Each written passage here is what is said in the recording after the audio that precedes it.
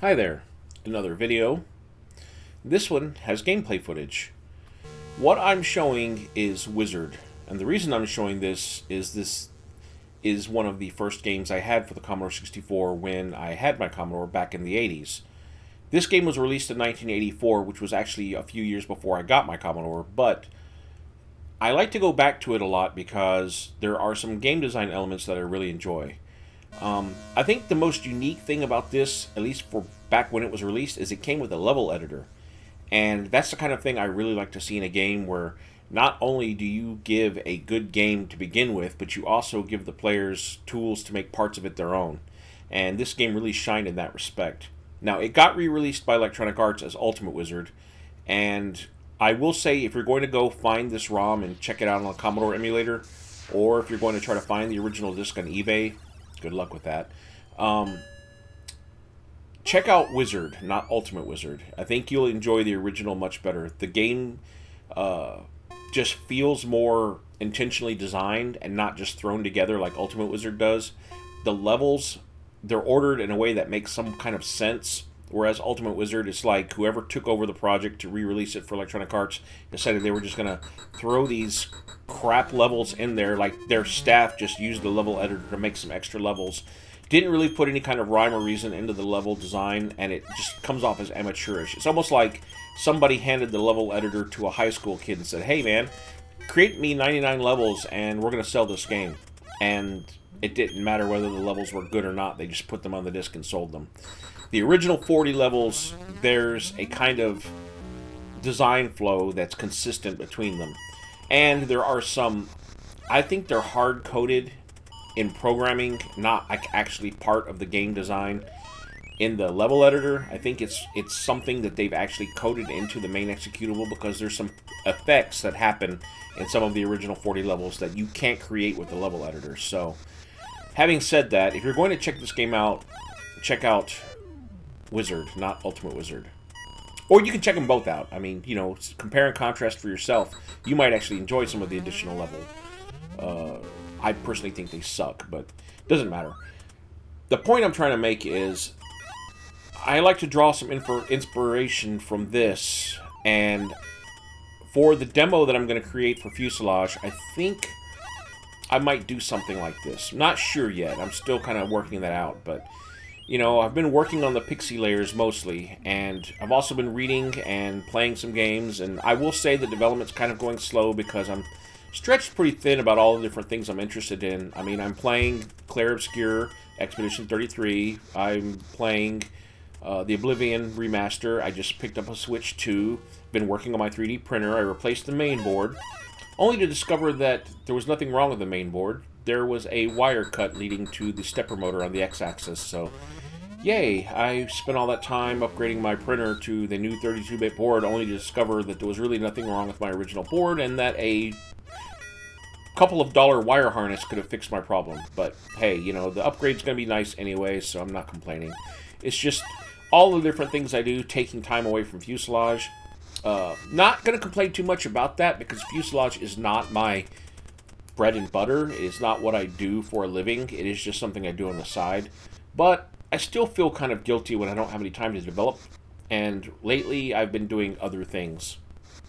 But as I'm getting back into development, when I focus on it, there will be a demo for the tile layers. Now, the last demo I did was the Hello Sprites demo, and I'm going to do a Hello Tiles layer demo that will probably be some kind of simple platformer. Now, I'm not promising I'm going to develop a complete Wizard clone, though that would be fun.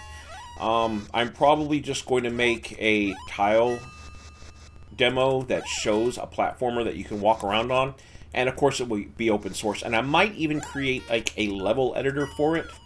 And then if somebody wants to take all the source and then make a game like Wizard, you know, hey, I'm going to totally support that idea.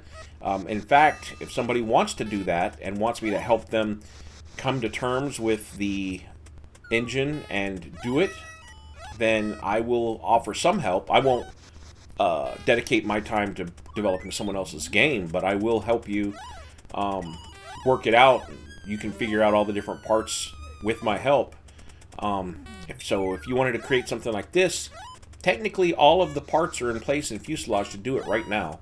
Sound might be tricky. You'll have to use Raylib or something for that, but or Fmod or some other sound engine. But this is completely possible. The animation, the graphics layout, all of this stuff right now is completely possible in Fuselage. And it would not require very much work at all to get the actual graphic backend going. Your game logic, of course, would be all on you. Sound, like I said, would be interesting. But for the most part, yeah, you could do this. This could actually be done pretty well. In fact, you could do a scrolling platformer game as well. Something like Castlevania or Mega Man. Should be completely possible. Anyway, moving forward. As I mentioned before, I did pick up the Switch 2. So I've been playing with that. The chat functionality in the Switch 2 is really, really good. If you have a Switch 2 and haven't had a chance to play with the chat features yet, I highly recommend it. Me and my cousin were spending a little time last night playing with it, and I will say that there are ideas in it that are so good, expect them to be copied. Me and my cousin always used the Xbox Live chat, even when we were playing on other systems, because it's just so good. But between using it on your phone or using it on your console or your PC, the Xbox Live chat has always just been premium. It was the de facto standard for in-game chat that we always used. But now that Switch has upped the game, yeah, I can see that being copied. The use of the webcams, the use of the screen sharing, all of that into a Zoom-like setting, very cool. So if you haven't checked out the Switch 2 chat features, definitely do that. You won't regret it. There are some things about the Switch I could complain about. The price, of course. You know, nobody wants to see the prices in video games go up. We really can't control that. I am disappointed to see Nintendo make that move, though. That's kind of more of a Microsoft-like tactic, you know? I mean, don't get me wrong, Nintendo's pretty greedy. They're the same company that will sell us the same game every 5 years without even changing it. They don't even remix it. They just resell us the game. Or, in recent years, not even letting us buy the game. They just want to rent it to us. You know, you can complain about Steam and say that, oh, well, they created this revolution towards all digital and they've killed physical media and everything, and their end-user license agreement says we don't own games. But honestly, that's not new. Steam was reacting to laws and requirements of the industry. They didn't create this push towards players not owning games. Steam does like to enforce DRM because it makes their platform very desirable for publishers. You know, you can say, well, I like GOG because GOG doesn't have any DRM, and that's great. I agree. I like GOG too. Good Old Games is a great game store, but you notice the old in the Good Old Games, rarely do brand new games get released on GOG. It happens sometimes, but usually it's after the game's prime where they start showing up on GOG, because the fact is, publishers like some kind of assurance that their game won't be mass distributed by the players. And you can't blame them. It costs a lot of money to develop a game, and if a game company wants to release their game on a store that has DRM, I understand. I don't like it, and I especially hate things like, what is that? You know, the anti-cheat programs that they've got out there, like Denuvo and all those, the anti-copy DRM bullshit. I don't like to see games with DRM that are embedded in such a way that they affect players who aren't copying the game. If you incur a performance hit on my game because you are trying to protect the game, then you're actually hurting the players who paid for the game, not the people who pirated it. Because let's face it, the pirates are going to remove the copy protection, and they're not going to be the ones who are suffering from your implementation. It's going to be the people who bought the game. Because hackers are going to crack and distribute, and you can't stop it. You will never win that war. But game players, they're not out there to circumvent any copy protection. They just want to load the game, have it perform as well as possible, and enjoy their purchase without any hitches. And the built-in Steam DRM is pretty non-intrusive. Now, people can say, well, Steam could take your game away at any time. I guess technically they could. That's really more likely going to happen from the publisher side than Steam, though.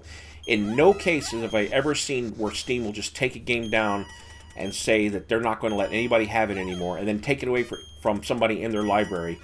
In fact, the only company that I've seen do that is Sony. So, well, I say only company. The only one I can think of off the top of my head is Sony. So this isn't a uniquely Steam problem. In fact, the entire industry is kind of rotting from this whole rights management and copy protection and gatekeeping behind paywalls. I hate it, but that kind of leads back into the whole purpose behind Fuselage to begin with. I wanted to create a game development philosophy and environment, a system that allows developers to make indie games that they can distribute easily because they will be small, or at least smaller than modern day game development systems create, and easy to distribute. Maybe put it on an SD, or maybe zip it up and make it pretty compact and easy to distribute.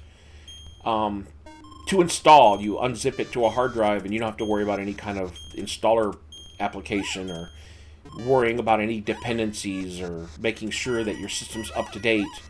It should be the kind of game where you just click on the icon, it runs, you play, and when you're done, you could just delete it if you want without having to worry about going through a lengthy uninstall process. Now, I'm not saying that modern day game developers wouldn't benefit from having their game DRM'd and put on Steam or whatever store that they want to distribute their game on.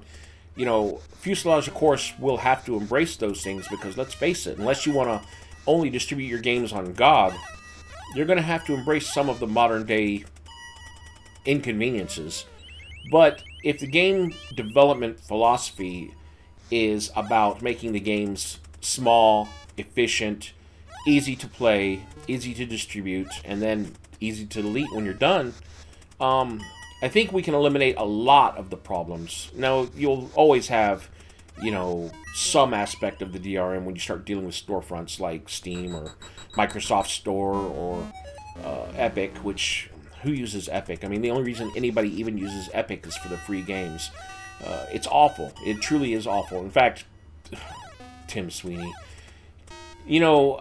I could make a whole video just on the whole Tim Sweeney versus Apple, Google thing, but it's not even worth it. I mean, people who play Fortnite are going to have to deal with Epic. The rest of us, well, we can either ignore it or only use it for the free games and ignore it the rest of the time. Moving on, it is basically summer now, and got the top off the Jeep, and I'll be spending more time outside, going around, being social if possible, doing yard work, and spending less time indoors. So while I'm not going to say that development is going to come to a halt on Fuselage for now, it will be slower during the summer. That's just a natural way of things. It was the same way last year, where I think from June to about September I didn't do anything on Fuselage. But then when winter came, around the Christmas season, around the New Year, there was a real big push of development. I think I got a lot done in the past, from around Christmas till up until May or so. I think I got a lot accomplished. So, the colder months where there's not any housework and yard work that, is more likely to occur during the summer, it leaves me more time for game development. Also, since technically I do work in the HVAC industry, their winter months I got more time, let's just say that.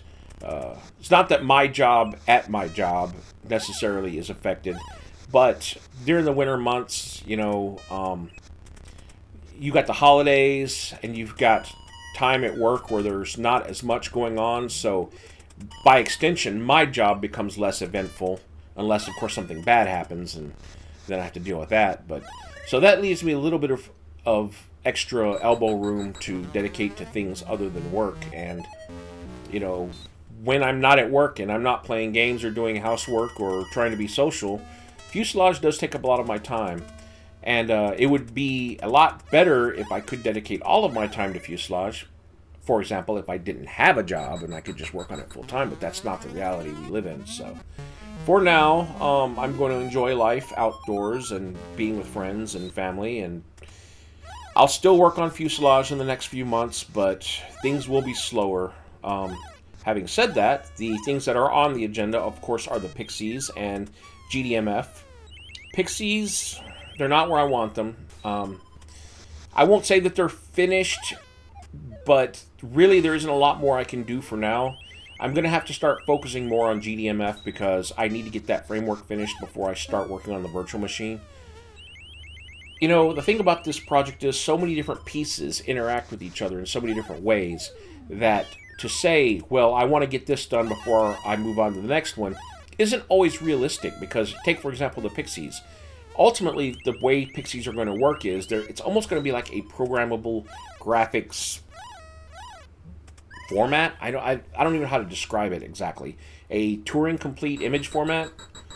I'll do a video specifically on the Pixies in the future. Right now, it's still too early to really do that. But in the end, there are going to be a lot of features that are going to rely on the low-level aspects that are provided by Vulkan, and I can't do that yet because the Vulkan layer is not finished. So it's one of those things where chicken egg, you know, kind of catch 22. You know, it'll happen, and it's all in good time. All in good time. Besides that, as I said, I've been working on my 3D printer, building a new gaming PC, which actually, it's not a gaming PC. I say it's a gaming PC because it would make one hell of a gaming PC, but I specifically opted for the RTX 5090 because it is also going to be a large language model PC that I'm going to use to experiment with some AI stuff. Now, what I would like to do is create an AI specifically trained on fuselage so that I can have a system that is my own personal idea, bouncer, documentation kind of oracle thing, where I can talk to it about the documentation and, you know, the direction things are going in. Now, I can do that with ChatGPT, but ChatGPT, of course, suffers from the same thing that all language models suffer from, and that is, you know, first of all, if you have the paid service, you know, they still have some limitations.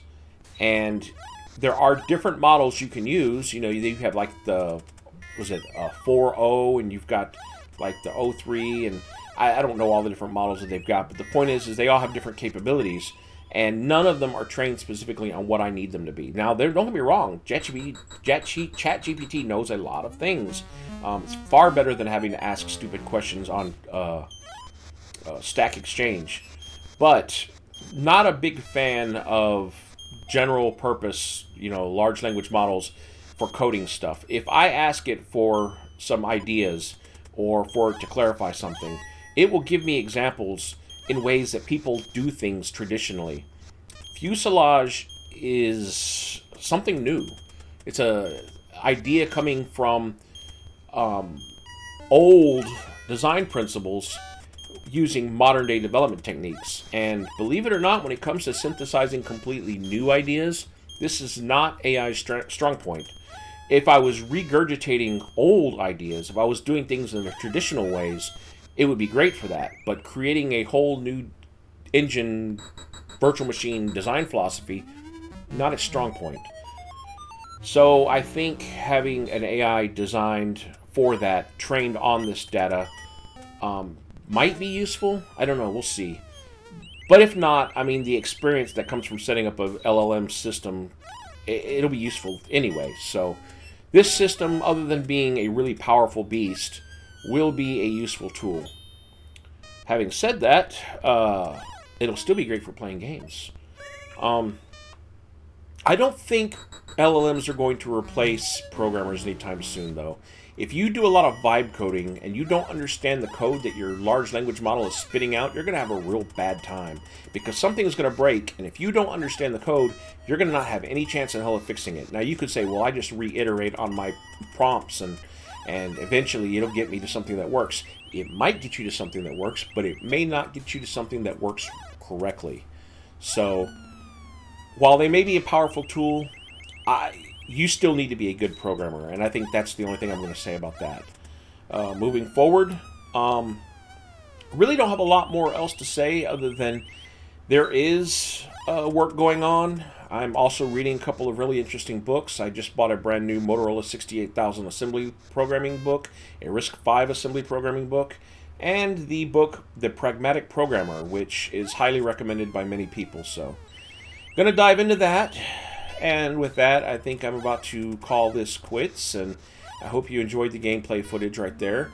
If you have any questions, comments, you know what to do in the little thing down below.